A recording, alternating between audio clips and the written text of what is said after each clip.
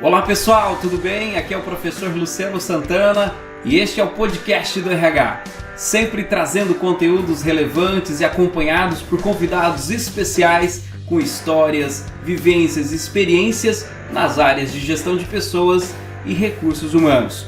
Fique comigo e acompanhe!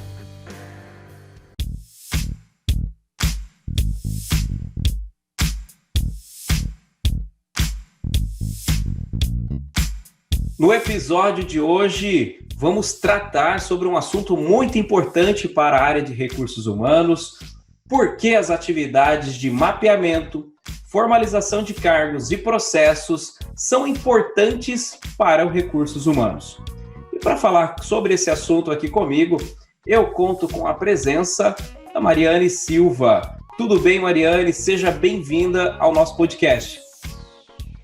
Olá, professor Luciano, tudo bem? Obrigada pelo convite. Esse momento é muito importante, onde a gente pode compartilhar um pouco mais de conhecimento em relação à área de processos, né? Mais específico ali, falando da formalização de cargos, que é algo muito importante para nós profissionais de RH. Eu atuo na área de gestão de pessoas há mais de 10 anos. Então, a minha formação é gestão de RH, tenho especialização em gestão empresarial, gestão de pessoas, também sou graduanda do curso de jornalismo, diversos cursos da área, porque não adianta só a gente obter o conhecimento técnico, é importante a gente sempre estar se atualizando, afinal, pessoas mudam, comportamentos mudam, atitudes mudam, conforme o local onde a gente trabalha, conforme a situação que a gente está vivendo do mercado de trabalho, da sociedade em geral. Então, eu sempre tenho buscado me atualizar para que eu possa me dedicar, né, cada dia melhor para essa área de gestão de pessoas, que é uma das áreas mais importantes, né, de uma estrutura organizacional. Muito interessante. E só lembrando, a Mariane é egressa do nosso curso também. Isso é motivo de muita alegria, de poder ter contribuído de alguma forma com a formação da Mariane. Hoje ela atua na área de recursos humanos já há alguns anos, como ela bem comentou aqui.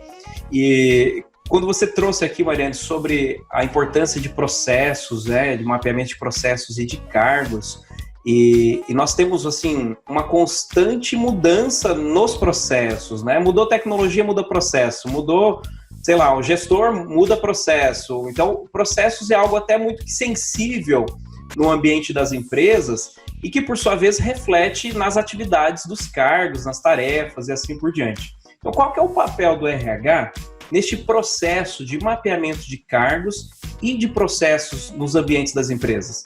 Então, professor Luciano, como eu comentei, né, o RH ele tem um papel fundamental para poder fazer esse mapeamento dos processos, visto que é um setor que mais conhece a empresa.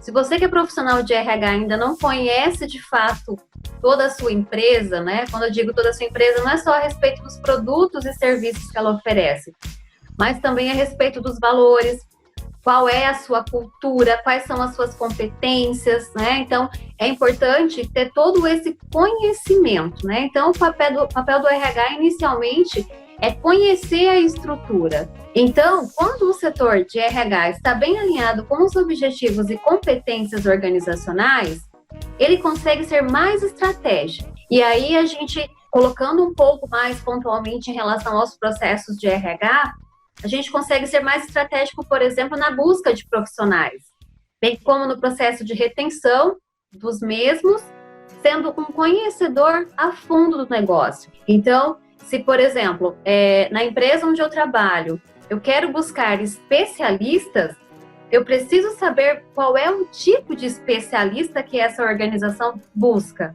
Então, entra aí o processo do mapeamento do cargo. Então, quando a gente fala no cargo, não é somente quais são as tarefas que aquele profissional vai executar, mas também quais são as competências necessárias para que ele execute bem aquelas tarefas. Quais são as habilidades necessárias que aquele profissional precisa ter. Então, esse conjunto de competências, habilidades e também de conhecimentos ele é fundamental no processo de mapeamento, porque aí sim eu vou ter qual é o panorama do profissional. Então, neste momento, a gente entra no processo em que a gente vai tirar a subjetividade. Então, aí, quando a gente trata muito no subjetivo, a organização acaba tendo não conformidades, né? Quando a gente fala da parte de processo. Então, quais são as não conformidades que, de repente, o RH acaba tendo quando ele não mapeia corretamente os processos, né? Ou até mesmo os cargos. E aí acaba gerando rotatividade, gera muitos custos operacionais, o RH não consegue manter uma taxa de retenção adequada, né? Num patamar aí de uns 95% acima. Além disso, acaba gerando custos, né, financeiros, com entrada, saída, rescisão, custo com o treinamento, custo com o tempo perdido, né, dos profissionais para poder treinar esse outro profissional que vai adentrar a cultura. Então, o papel do RH é ser um parceiro estratégico. Ao descrever cargos, né, entender quais são as competências, habilidades e conhecimentos necessários para que o profissional consiga entregar os resultados esperados, de acordo com o que se espera na execução dos processos e também de todos os stakeholders. Bom, muito legal, Mariane, essa abordagem, porque vai trazendo aqui de uma forma bastante abrangente essa importância, né, de termos a formalização tanto dos processos quanto do cargo ou dos cargos para ajudar na diminuição da subjetividade que você muito bem colocou aqui para a gente. E ajudando aí na tomada de decisão, né? Decisões aí mais estratégicas e assertivas. E eu gostaria de entender, assim, quando a gente fala em mapeamento de cargos e processos, é o RH que faz esse trabalho, é o RH que pega a prancheta, que pega a relação de cargos, ele que vai a campo fazer esse levantamento de informação, ele vai delegar isso para alguém, é da responsabilidade dos gestores fazer esse levantamento e o RH vai compilar. Como que funciona esse levantamento de processos e de cargos, claro? O RH ele nunca pode ser o salvador da pátria. Ele vai poder conduzir, né, uma equipe de líderes para que em conjunto eles consigam atingir esses objetivos. Como eu comentei, o setor de RH ele precisa conhecer a empresa, mas ele não precisa desenhar a empresa sozinho. Então é sempre importante ter o trabalho em equipe. Então o RH precisa trabalhar de forma alinhada com a equipe de gestores, com a alta direção, alta administração da empresa, né? Eu costumo dizer que eu sou um RH que não fica na mesa. Eu sou um RH que se movimenta o dia todo, né? Então, constantemente eu estou nos setores buscando as dificuldades, entendendo quais são os processos que são necessários, né? Receber uma melhoria. Então, é importante que o RH ele seja um setor compartilhado com toda a equipe de gestores. Então, eu já tive experiências trabalhando principalmente na área de consultoria, em que nós íamos fazer um mapeamento de cargos e, às vezes, o gestor de RH ele é tão operacional, focado no departamento pessoal, que ele mal sabia o que, por exemplo, fazia um auxiliar de produção. E é importante o profissional de gestão de RH ele estar presente nesse momento, porque quando a gente vai contratar alguém, a gente precisa passar a missão do cargo para essa pessoa. Não é simplesmente, olha, você vai, por exemplo, trabalhar numa empresa de etiquetas. Você não vai simplesmente trabalhar numa máquina serigráfica. Você vai estampar. Então, você está colocando aqui a marca da empresa. Então, é importante a gente ter essa sensibilidade, esse lado humano. Então, só a campo é possível obter essa sensibilidade. Legal, então essa parceria, o RH, por vezes, ele vai coordenar o processo, vai liderar esse processo de mapeamento, né, de desenho dos cargos e de processos que vão ser desenhados ali na empresa. E para a gente poder até criar aqui para os nossos ouvintes, né, e para mim também, claro, né, para criar uma imagem mental aqui do que a gente está falando, quais exemplos de documentações organizacionais são decorrentes ou são produzidas ou geradas a partir de desenho de processos e mapeamento de cargos? Um dos pilares que sustentam o RH são as políticas organizacionais, ou seja, políticas para contratar, reter, desenvolver, treinar. Então, ao propor novas mudanças ou novas implantações, é necessário que tudo seja documentado para garantir que a política e também o cargo não se perca. E, através desses documentos, cria-se uma rota para ser seguido pelas pessoas e pela organização. Então, ter processos documentados contribuem para que o trabalho seja direcionado ao profissional, tirando de cena o pessoalismo, né, o individualismo entre as pessoas, cobrando resultados em cima de processos e cargos. Então, por exemplo, eu vou falar a respeito do Manual do Colaborador, que é algo que eu acredito que muita gente já conheça, é algo que eu particularmente gosto muito. Então, os processos de integração, eles são um dos principais momentos do novo colaborador na empresa. Então, esse momento é um momento em que o profissional de RH ele precisa estar muito preparado. Eu julgo ser um dos principais documentos da empresa, né? Então, a partir do momento em que nós temos esse manual, que ele é um norte para o trabalho do gestor de RH, os próprios gestores, os líderes conseguem conduzir e também integrar esse novo colaborador na estrutura da empresa. Então, se nós não temos esses direcionamentos, de qualquer forma que o colaborador entrar na empresa e se adaptar é válido. Então, aí acaba se perdendo a cultura. E, inclusive, tem se falado muito a respeito de contratação através de fit cultural. Então, é extremamente importante que os profissionais de RH estejam sempre atualizados. De que forma eu posso trazer essas novas tecnologias, essas novas menções da área de pessoas? Como que eu posso documentar isso? Então, o Manual do Colaborador, por exemplo, é uma das ferramentas fundamentais e mais estratégicas do setor. Fora isso, a gente tem outras documentações que podem contribuir com o trabalho do RH. Já comentei, inclusive, em algumas outras aulas, em alguns outros momentos, de quando a gente tem formalização, por exemplo, de abertura de vaga. Então, se eu não sei quais são as competências, se eu não sei quais são os treinamentos específicos que aquele profissional precisa ter, a chance do RH contratar errado é grande. Então, aí acaba gerando uma não conformidade no setor. Mas eu também não tinha todas as ferramentas, todas as informações. Então, o RH ele pode tomar frente nesse momento e criar um documento simples, padrão, para que todos os gestores tenham acesso e aí sim conseguir atingir, né, o objetivo, fazer a contratação de forma correta. O interessante que você trouxe para a gente sobre o Manual do Colaborador é que aparentemente é um documento bem agradável de entrada, né? O colaborador chega, recebe o primeiro treinamento, né? Aquela ambientação, tem a história da empresa, tem as práticas permitidas, as práticas não permitidas, os benefícios, as políticas, o organograma, enfim, tem uma série de informações e geralmente dispostas, né, de forma mais amigável, bem agradável, realmente para acolher de forma muito positiva o novo colaborador. E o interessante é que para se chegar neste modelo de manual do colaborador, você obrigatoriamente precisa conhecer muito bem a cultura da empresa para você retratar ela, você precisa conhecer profundamente processos da empresa, e aí você vai materializar isso em um manual. Então, o exercício da construção do manual do colaborador é um exercício de mapeamento de processo e profundo conhecimento da empresa, você concorda? Sim, com certeza. E professor, eu acredito que o manual do colaborador é um documento que nunca fica pronto.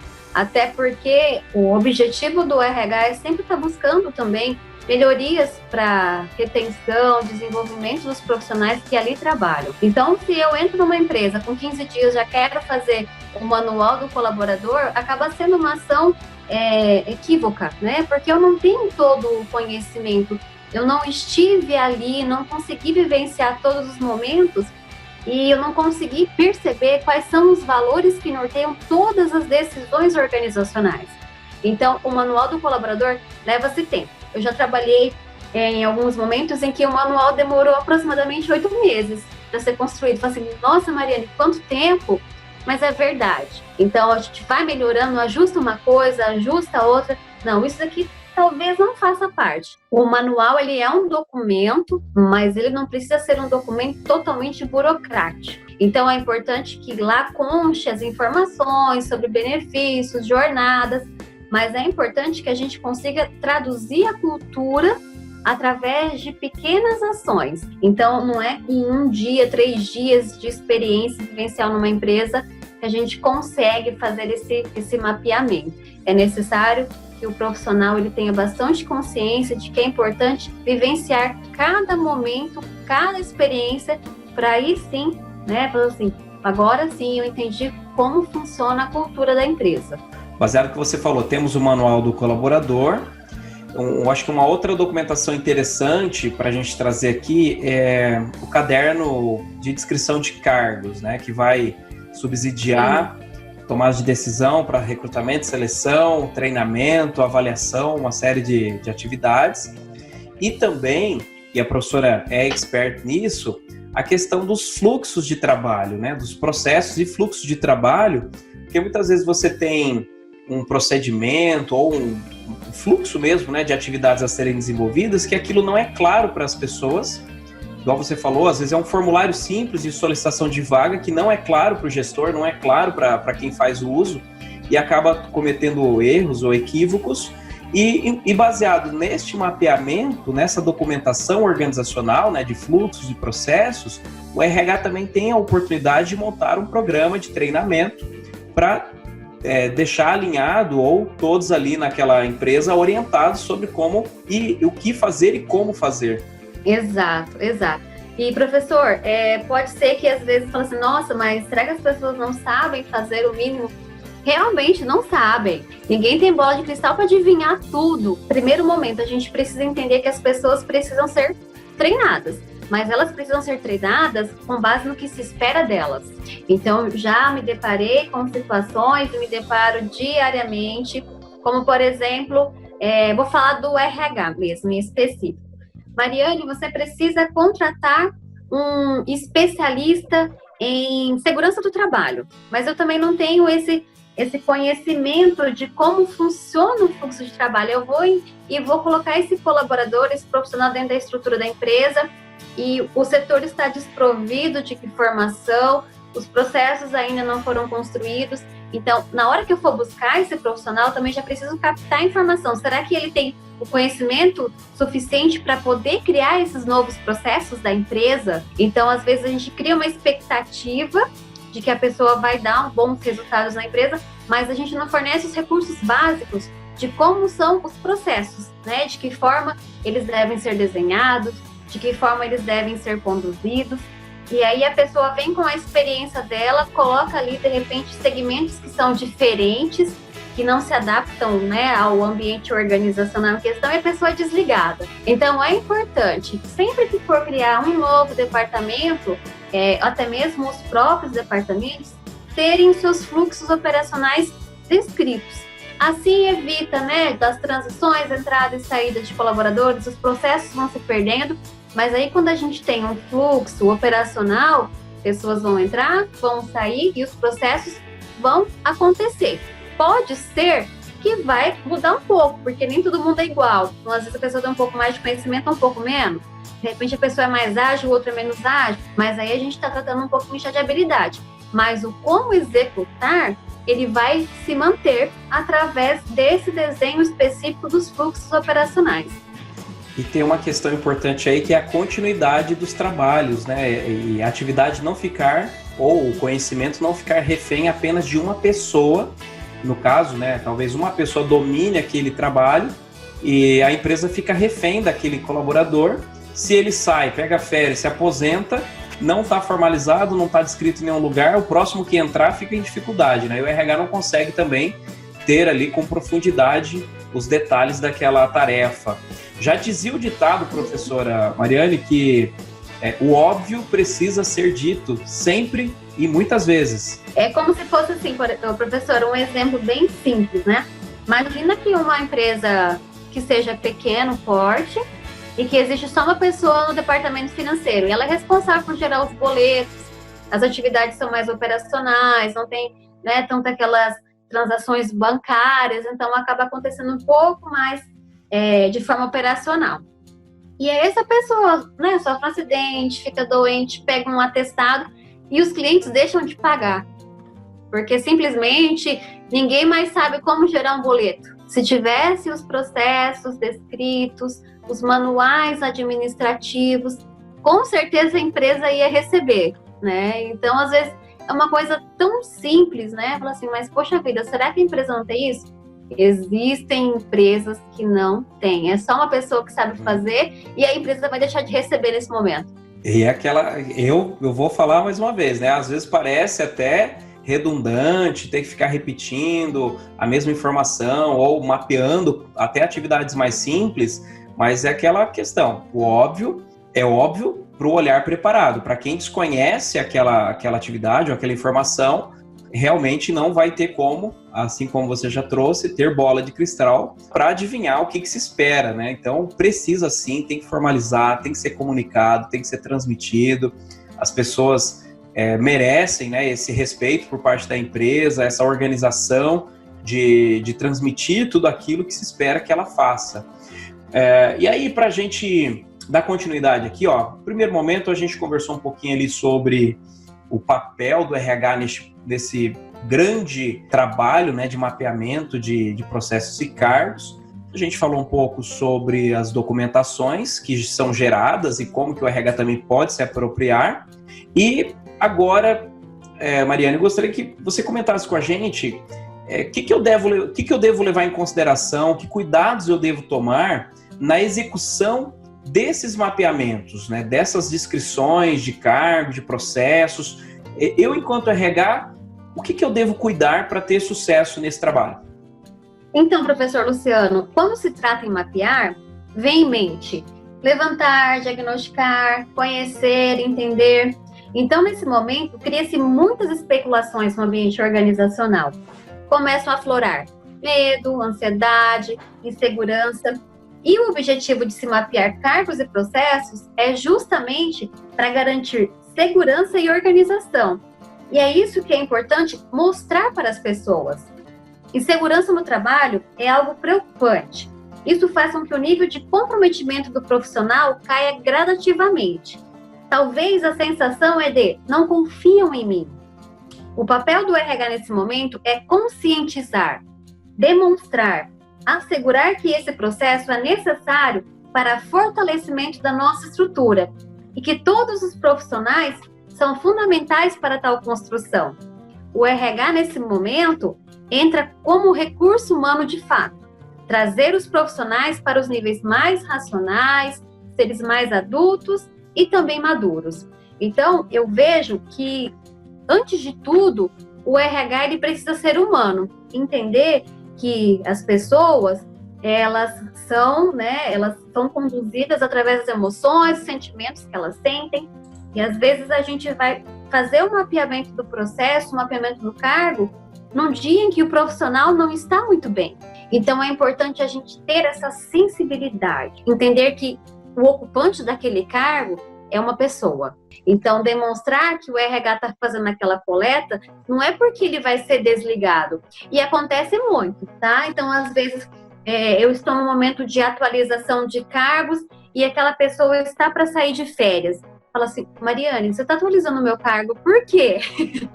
Então, é normal isso acontecer, e acontece mesmo. Então, as pessoas ficam naquela, assim, é uma expectativa ruim, inclusive, porque por mais que a gente fale a verdade, a gente, às vezes, não tem a capacidade de convencer a pessoa de que o que a gente está coletando é para poder ajudar ela a desenvolver melhor as suas tarefas. Então, o primeiro passo, né, um dos primeiros cuidados que nós precisamos ter é com os seres humanos que ocupam os cargos e que executam os processos.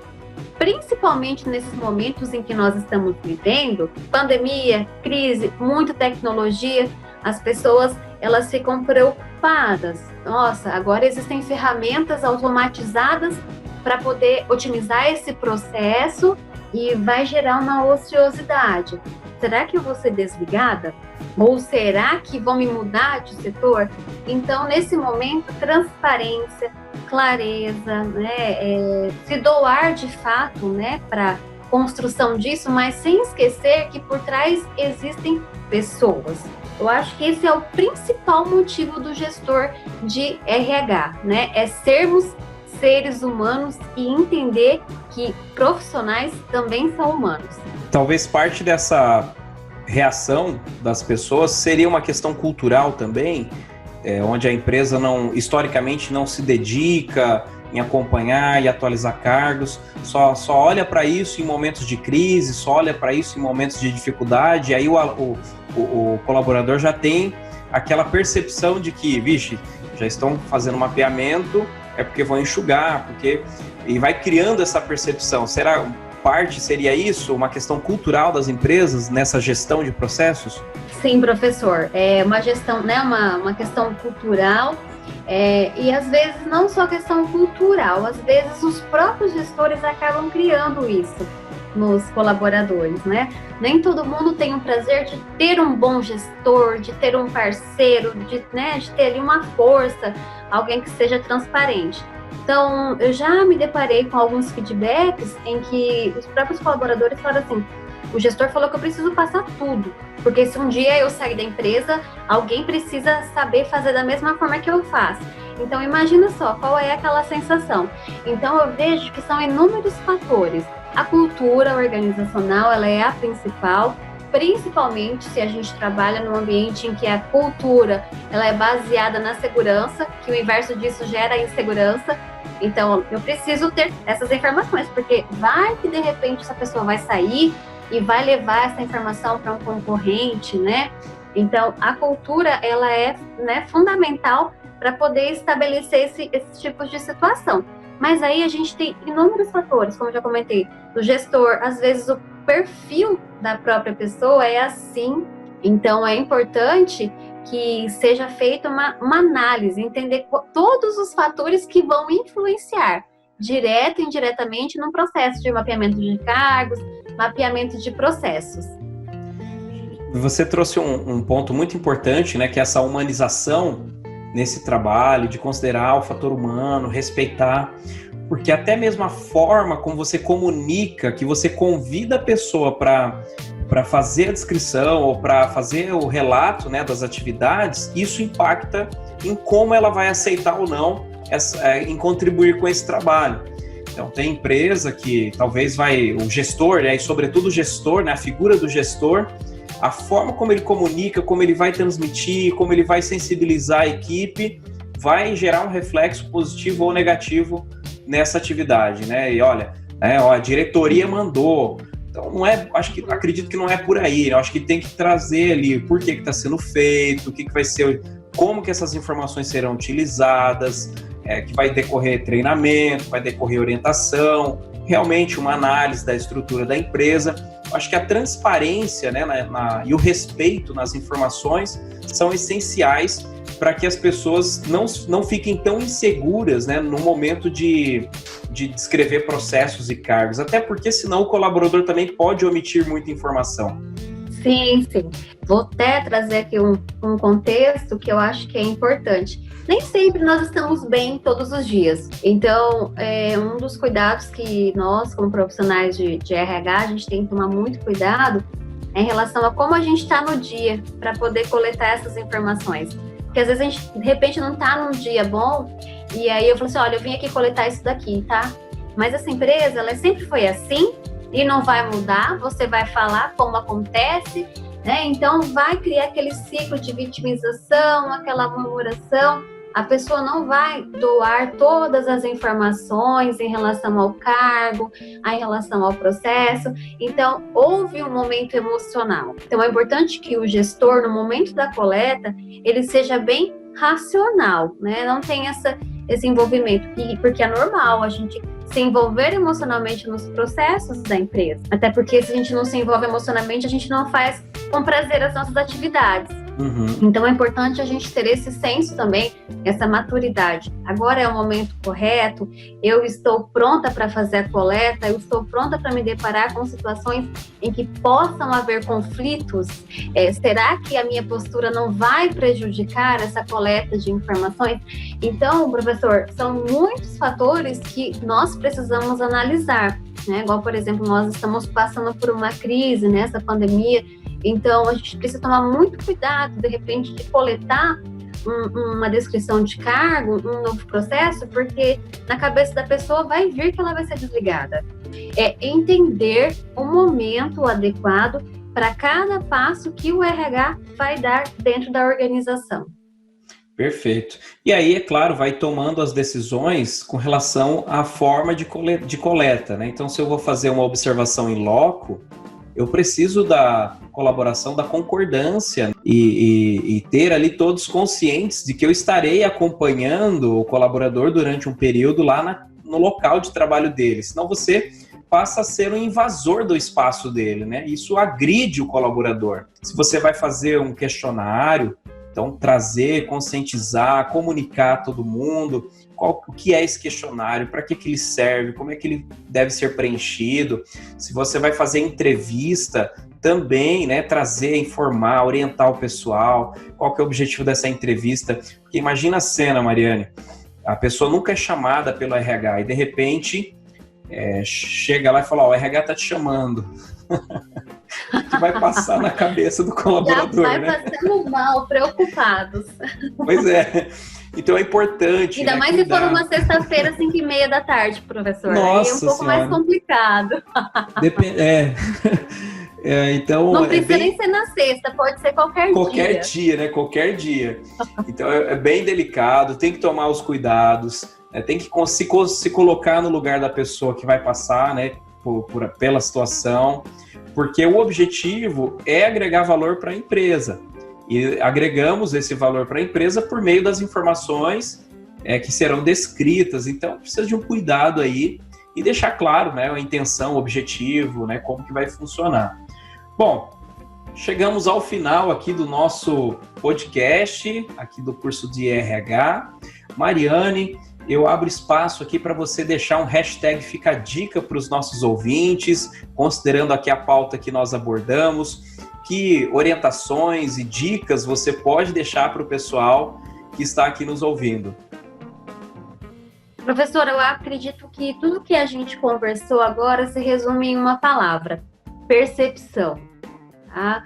Então, eu acredito que seja algo fundamental para os gestores de RH e para os gestores de qualquer outra área ter a percepção. Percepção do ambiente interno, percepção do ambiente externo, né? Percepção do que está acontecendo, se aquele é o momento adequado, aí a gente já entra num processo de sensibilização. Então, o que eu gostaria de deixar é que quando a gente fala de cargos e processos, precisamos levar em consideração que existem pessoas por trás de tudo isso. E é importante que o RH tenha isso em mente, né? Nós existimos nas empresas por um propósito, né? E o propósito é manter, reter, engajar pessoas. E jamais a gente vai conseguir isso se a gente entrar como inimigos dentro de uma estrutura organizacional, né? Então, todo o conteúdo que é passado, apresentado, a gente precisa entender de forma positiva. Como eu vou implantar isso para melhorar? Então, jamais na percepção de que agora vou implantar esse processo para puxar o tapete de fulano, né? Então, é importante de que tudo que a gente absorve de conhecimento, a gente consiga traduzir na prática de forma positiva. Porque vai ganhar a empresa, ganha o gestor de RH, ganha o gestor de equipes, e automaticamente a gente vai se desenvolvendo como profissional, né? E aí a gente consegue ganhando mais espaços, a gente vai se destacando. E algo que eu gostaria de deixar é que jamais desista de querer implantar novos processos, implantar mudanças. A resistência sempre vai acontecer, pode ser pequena, empresa, média, grande, porte, mas a partir do momento em que a gente assume a responsabilidade pelo nosso departamento, pelo nosso setor e pelo nosso propósito, a gente precisa encarar de frente, né? E o momento é hoje, não é amanhã, né? Então, poxa vida, o que eu posso fazer para ser diferente, para poder contribuir, né, com os objetivos? Então, é isso, tá, Luciano? Eu acredito que a gente que é da área de RH, a gente precisa ser o RH por amor, de fato, né? Gostar do que faz, gostar de pessoas, estar disposto a se doar e contribuir para que as empresas e principalmente as pessoas consigam se desenvolver dentro do ambiente organizacional. Muitíssimo obrigado, Mariane, pela entrevista, pela conversa que tivemos aqui. Pessoal, chegamos ao final de mais um podcast aqui do curso de Recursos Humanos. Agradeço a sua atenção, agradeço a Mariane pela contribuição aqui com a pauta. Conversamos hoje sobre por que as atividades de mapeamento, formalização de cargos e processos são importantes para o RH. E aí eu pergunto para você, qual a importância dos cargos, dos processos na atividade do RH? Pensa aí comigo, coloque em prática e contribua com a gente, deixando aqui sugestões de outras pautas que poderemos abordar nos próximos podcasts. Um forte abraço para você e até a próxima. Tchau, tchau!